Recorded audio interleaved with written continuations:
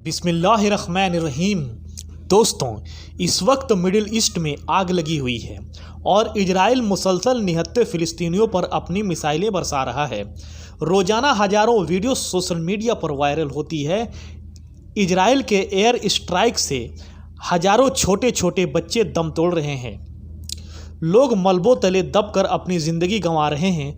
फ़िलिस्तीनी अगर एक शहर से दूसरे शहर भी जाना चाहें तो इजरायली फ़ोर्स उनके गाड़ियों को निशाना बनाकर सवारी के जानवरों तक को मार देते हैं।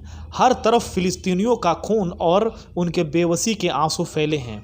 इस वक्त सारी दुनिया खामोश बैठकर सिर्फ तमाशा देख रही है।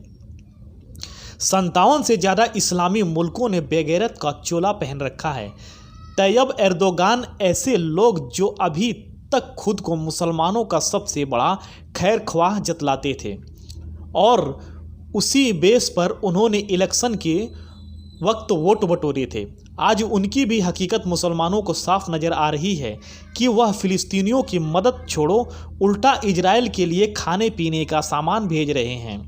दोस्तों, इस वक्त 57 इस्लामी देशों में सिर्फ यमन ही खुलकर फ़िलिस्तीनियों का साथ दे रहा है और अपनी ताकत इजराइल पर मुसलसल हमले किए जा रहा है कि जिसकी वजह से इजराइल ने अपने दोस्त अमेरिका से अपील की है कि वह यमन पर हमला करे, लेकिन अमेरिका ने अभी तक इस पर अपना कोई कदम आगे नहीं बढ़ाया है और इसकी बड़ी वजह सऊदी अरेबिया है, क्योंकि यमन व सऊदी अरेबिया की लड़ाई एक लंबे ज़माने से चली आ रही है और यमन के होते ही से सऊदी अरेबिया को हमेशा खतरा रहा है। इसलिए अगर सऊदी अरेबिया यमन पर हमले में अमेरिका का साथ देता है तो इधर यमन सऊदी अरब पर अपने हमले शुरू कर देगा और शायद सऊदी अरब अपनी कमज़ोर मिलिट्री पावर की वजह से यमन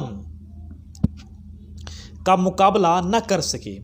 इसीलिए इजराइल के मुसलसल कहने के बावजूद सऊदी अरब अमेरिका पर फोर्स कर रहा है कि अमेरिका किसी हाल में भी यमन पर कोई हमला ना करे। अब इजराइल को तो इससे कोई फ़र्क नहीं पड़ता कि यमन व सऊदी अरब आपस में लड़ें या ना लड़ें, लेकिन अमेरिका को ज़रूर फ़र्क पड़ता है क्योंकि अमेरिका के ख़ास दोस्ती सऊदी अरब के साथ चलती है। इसलिए शायद वह यमन पर हमला करके सऊदी अरब के साथ अपने ताल्लुकात कभी ख़राब नहीं करेगा और इधर यमन मुसलसल इजराइल पर हमला करता जा रहा है। दोस्तों, यमन एक बहुत ही पुराना तारीखी मुल्क है। इस्लाम आने के बाद यमन पर अक्सर शिया कौम की हुकूमत रही है और इस वक्त इजराइल का डट कर मुकाबला करने वाली यमन कौम के होते लोग भी शिया फ़िरके ही का एक हिस्सा है, लेकिन उनका अकीदा आम शिया लोगों से कुछ हट कर है, क्योंकि शिया हजरात 12 इमामों को तस्लीम करते हैं, जबकि होती मुसलमान सिर्फ 4 इमामों पर ही अपना अकीदा रखते हैं।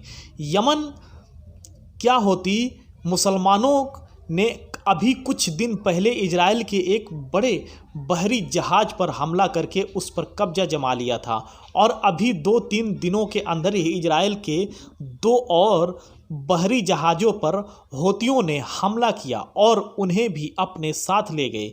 इसलिए इजराइल यमनी होतियों को लेकर काफ़ी परेशान नज़र आ रहा और बराबर अमेरिका से मुतालबा कर रहा कि वह यमन पर हमला करे। यमन के होती कमांडर ने बयान जारी करते हुए कहा कि अगर अमेरिका हम पर हमला करता है तो हम मिडिल ईस्ट में अमेरिका के बेबस पर हमला शुरू कर देंगे और यह काम होतियों ने किसी हद तक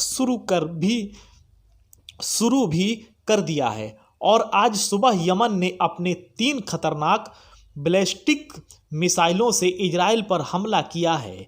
यही यमन के कुछ ऐसे हथियार हैं कि जिनसे अमेरिका व इजराइल भी हैरान है, और यह मिसाइलें इजराइल के अंदर एक बड़ी तबाही मचा रही। अगर इजराइल अपने एयर डिफेंस सिस्टम से इन सभी मिसाइलों को डिफ्यूज कर देता है, लेकिन कभी कभी कोई न कोई मिसाइल इजराइल के शहरों में जा गिरता है, जिससे उसे भारी तबाही का सामना करना पड़ता है।